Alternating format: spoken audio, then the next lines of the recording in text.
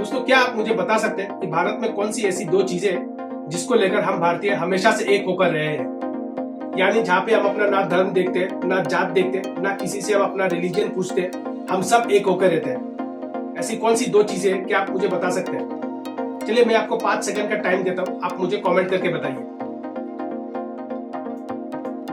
चलिए, मैं ही आपको बता देता हूँ। सबसे पहला है क्रिकेट। दोस्तों, क्रिकेट को भारत में एक रिलीजन की तरह देखा जाता है। यानी क्रिकेट हमारे लिए भगवान है। जिस तरह से हम अपने घर में भगवान को पूजा करते हैं, उसी तरह हम क्रिकेट को भी एक भगवान की तरह ही मानते हैं। याद कीजिए, जब इंडिया पाकिस्तान का जब भी कोई मैच होता है तो पूरा भारत एक होकर घर में टीवी में गेम देख रहा होता है और एक एक बॉल को देख रहा होता है और यही चाह रहा होता है कि इंडिया ही जीते। और जब इंडिया वो मैच जीत जाता है तो लोग लाखों की तादाद में घर से निकलकर सड़क पे आ जाते हैं इंडियन फ्लैग को लेकर और भारत माता की जय का नारा लगाते हैं।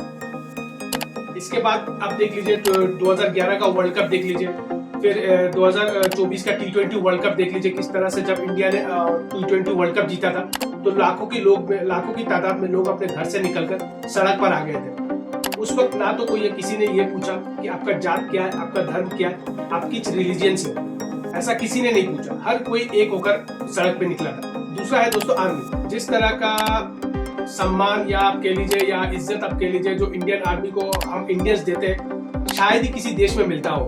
आप देख लीजिए 1999 का जब कारगिल वॉर हुआ था तो लाखों की तादाद में लोग घर से निकले थे और लोग यही चाहते थे कि वो बॉर्डर पे जाके लड़ाई करें, चाहे वो बंदूक उठा सके या ना सके, चाहे वो बॉम्ब फेंकने सके या ना सके, वो मर जाएंगे फिर भी वो बॉर्डर पे जाके लड़े और दुश्मन को मार गिरे। सब यही चाहते थे। इसके बाद इसका एग्जाम्पल आप हाल ही में हुए ऑपरेशन सिंदूर को भी आप देख सकते हैं। जिस तरह से ऑपरेशन सिंदूर में 26 लोगों को, सिविलियंस लोगों को उनके धर्म पूछकर मारा गया था, तो पूरा देश किस तरह से आग बबूला हो गया था। पूरा देश सड़कों में आ गया था पाकिस्तान को सबक सिखाने के लिए।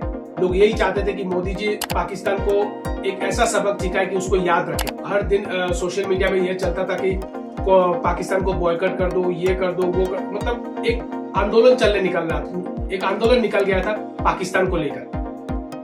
और सबसे बड़ा कारण आप देख लीजिए, जब ऑलमोस्ट लग रहा था कि वार हो ही जाएगा इंडिया पाकिस्तान का, तो चंडीगढ़ में गवर्नमेंट ने अनाउंस किया था कि वॉलंटियर्स के लिए फॉर्म भरने के लिए। वहां पे भी आप देख लीजिए सड़क पे लाखों की तादाद में लोग निकले थे, जहाँ पे ना कोई लड़का भी था, लड़की भी था, हर कोई था। वो किसी ने पूछा नहीं था कि मैं क्यों आ रहा हूँ, क्यों जा रहा हूँ, क्यों कर रहा हूँ, किसी ने ये नहीं पूछा। हर कोई यही चाहता था कि वो देश के लिए कुछ कर सके। तो इंडियन आर्मी के लिए और क्रिकेट के लिए जिस तरह का सम्मान हमारे देश में है, शायद ही किसी देश में हो। और ये दो चीज ऐसा है दोस्तों जो भारत को जोड़ के रखता है, जहाँ पे हम अपना ना तो धर्म पूछते, ना जात पूछते, ना किसी से ये पूछते कि भाई तुम्हारा रिलीजन क्या है, तुम कौन से स्टेट से हो, क्या तुम कर्नाटका से हो, क्या तुम महाराष्ट्र से हो, क्या तुम साउथ से हो या फिर कोलकाता, मतलब कोई किसी से कुछ नहीं पूछता। उस वक्त पूरा इंडिया एक साथ होता है। तो मुझे लगता है दोस्तों ये दो ही चीज है जो पूरा भारत को जोड़े रखता है। अगर कोई तीसरा चीज है तो आप मुझे कमेंट करके बताइए। मुझे तो नहीं लगता कि ऐसा कोई तीसरा चीज होगा जिससे पूरे भारत को जोड़ के रखता हो। लेकिन क्या आप जानते हैं कि दोस्तों क्रिकेट और आर्मी का रिलेशन भी बहुत पुराना है। कई महान क्रिकेटर्स हुए हैं इंडिया में और जिनको आर्मी में उनको सम्मान भी दिया गया है, उनको कर्नल भी बनाया गया है, उनको ऑनर भी दिया गया है। तो ये जो क्रिकेट और आर्मी का जो रिलेशन है ना, ये भी बहुत पुराना है, जो इंडियन क्रिकेट को भी जोड़ के रखता है और आर्मी को भी जोड़ के रखता है।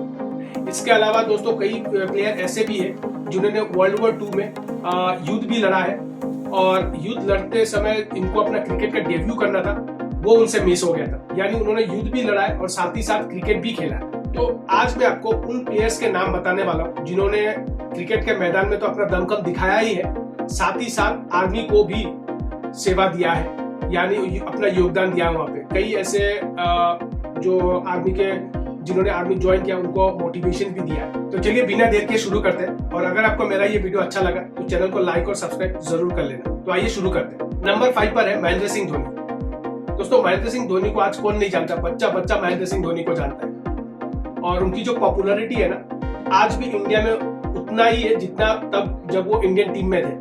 आप देख लीजिए, जब IPL का जब मैच होता है, जब महेंद्र सिंह धोनी फील्ड में उतरते हैं बैटिंग करने के लिए, पूरा जो स्टेडियम होता है ना वो येलो जर्सी से भरा हुआ होता है। यानी कि उनकी पॉपुलैरिटी में अभी तक कोई कमी नहीं आई और उनके कैप्टनसी में इंडिया ने वो सारी ट्रॉफी हासिल की जो कई सालों में इंडिया हासिल नहीं कर पाया। चाहे वो 2007 का वर्ल्ड कप हो या 2011 का वर्ल्ड कप हो जब हमने 28 साल बाद वर्ल्ड कप जीता था 50 ओवर्स का।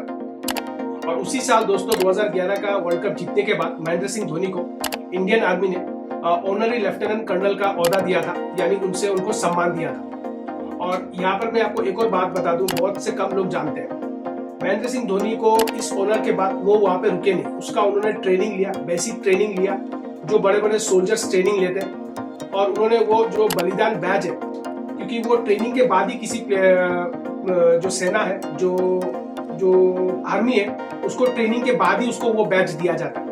और महेंद्र सिंह धोनी ने वो ट्रेनिंग पूरा किया, जिसकी वजह से उनको वो बैच भी मिला। इसके बाद 2019 में जब पुलवामा हुआ था, जहाँ पे हमारे बीएसएफ के सेनाओं को मार दिया था आतंकवादियों ने, और उसी साल 2019 का वर्ल्ड कप भी चल रहा था। तो याद कीजिए, जब महेंद्र सिंह धोनी कीपिंग कर रहे थे तो उनके ग्लव्स में बलिदान बैच का चिन्ह भी था, यानी वो साइन भी था, वो बैच था, जिसको लेकर बहुत बड़ा कंट्रोवर्सी भी हुआ था। और बीसीसीआई ने उनको कहा था कि ये चीज आप क्रिकेट में नहीं ला सकते। इसके बाद उन्होंने अपना ग्लव्स को चेंज किया। इसके बाद भी अगर आप देखोगे तो जो येलो जर्सी है चेन्नई सुपर किंग का, वहाँ पे भी शोल्डर पे आप देखोगे तो आर्मी का जो क्लोथ्स है वो यहाँ पे लगा हुआ है दोनों साइड। तो time to time Mahendra Singh Dhoni ने दिखाया कि किस तरह से वो इंडियन आर्मी को सम्मान करते हैं, किस तरह से वो एक प्राइड लेते हैं, वो इज्जत देते हैं इंडियन आर्मी को। नंबर 4 पर है सचिन तेंदुलकर। दोस्तों सचिन तेंदुलकर, जिनको गॉड ऑफ क्रिकेट कहा जाता है, जो मास्टर ब्लास्टर है, जिन्होंने कई यंग जनरेशंस को इंस्पायर किया है, जिनको देखकर महेंद्र सिंह धोनी, विराट कोहली, वीरेंद्र सहवाग ने क्रिकेट खेलना शुरू किया। तो वही उन्होंने कई जनरेशंस को इंस्पायर किया है अपने खेल से जरिए, अपने खेल के जरिए, अपने बैटिंग के जरिए। और उनके जितने स्कोर्स है, शायद ही मुझे लगता है कि हिस्ट्री में कोई कंप्लीट कर पाएगा या खत्म कर पाएगा। उनके इस योगदान को देखते हुए 2010 में इंडियन एयरफोर्स ने उनको ग्रुप कैप्टन का ऑनर दिया है। और वो पहले ऐसे ग्रुप कैप्टन बने जो भारत में किसी प्लेयर को मिला हो। और मैं आपको ये भी बता दूं, ये ऑनर लेने से पहले, यानी ये ग्रुप कैप्टन का ऑनर लेने से पहले सचिन तेंदुलकर ने 2 हफ्ते पहले उसका ट्रेनिंग भी लिया था, क्योंकि बिना ट्रेनिंग का ऐसे सम्मान लेना सचिन तेंदुलकर को शायद उनको वो अच्छा नहीं लगा। लेकिन उन्होंने उसके 2 हफ्ते पहले उसका ट्रेनिंग लिया, फिर जाके उसका सम्मान लिया था, वो ऑनर ही लिया था। नंबर 3 पर है कपिल देव। जी हाँ दोस्तों, कपिल देव को आज पूरा इंडिया जानता है। उन्हीं की वजह से क्रिकेट एक रफ्तार लिया था, क्रिकेट एक जन्म हुआ था। और शायद आप कह सकते हो कि अगर 1983 का वर्ल्ड कप कपिल देव नहीं जीतते तो शायद सचिन तेंदुलकर भी नहीं होते, क्योंकि उस वक्त सचिन तेंदुलकर टीवी में देख रहे थे, टीवी में वर्ल्ड कप देख रहे थे, और उन्होंने कहा था कि मैं भी वर्ल्ड कप जीतना चाहता हूँ। और शायद 2011 में सचिन तेंदुलकर का सपना भी पूरा हुआ था 2011।